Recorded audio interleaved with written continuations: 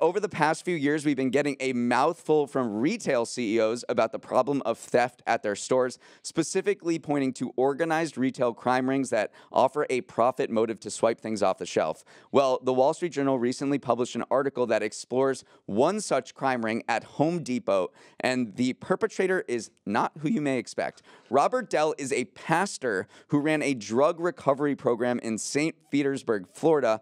But along with helping his patients in rehab, Dell was the mastermind behind a crime network that netted him $3 million in sales since 2016, according to authorities. Here's how it worked, prosecutors say.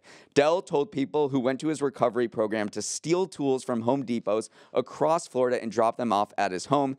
This turned out to be the inventory base for his online business. Under the username Anointed Liquidator on eBay, Dell then sold 10,500 of these swiped items from January 2020 until this May, earning him about $1.5 million. After a months-long investigation between Home Depot and law enforcement, Dell and 4 others, including his wife and mom, were arrested in August. The robberies were apparently so pervasive in the area that after Dell was arrested, the number of thefts at Home Depot stores in the area dropped, the company said. Toby, this was a fascinating story that offers a detailed look at how organized retail crime operates. Yeah, so I want to dig into that a little bit because I did read about what these operations look like. So Dell is what was known as a fence. So fences kind of are the ones who obtain the supply of goods from these people called boosters, and boosters, as you can imagine, are the people who go in and physically steal the goods from the show. So you can't really have an operation without a booster or a fence, and so Dell was kind of the person pulling the strings, handling the merchandise, and selling it on eBay.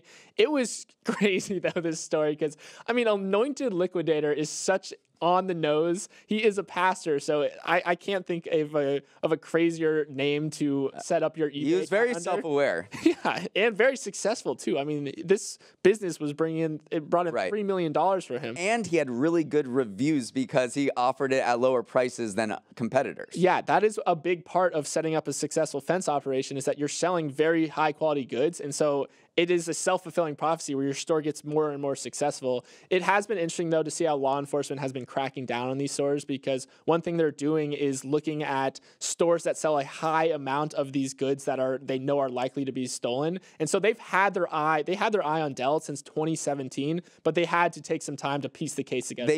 They bought some stuff from him and then returned it and checked where it went, and it turned out it was his house. Right. I love that from them, that they literally tracked a package, and yeah. It is their job. Right, I guess that is. And then to zoom out a little bit, the retailers have definitely been sounding the alarm about what's known as shrink in the business, which is the loss, which is basically theft or other amount of, or what happens to its inventory, that is lost. Shrink accounted for $112 billion in losses in 2022, which was up from $93 billion the year earlier, but that's still on average with levels in 2019 and 2020. So it seems that on net, this problem that a lot of retailers have been talking about is not necessarily huge, right, or growing massively. I think it's just more front of mind right now, because when we go into a Walgreens, you go into CVS, you see everything behind lock and key, and we've heard about these organized crime rings as well. So even though the top line number might not be much different from years past, it is more top of mind for consumers.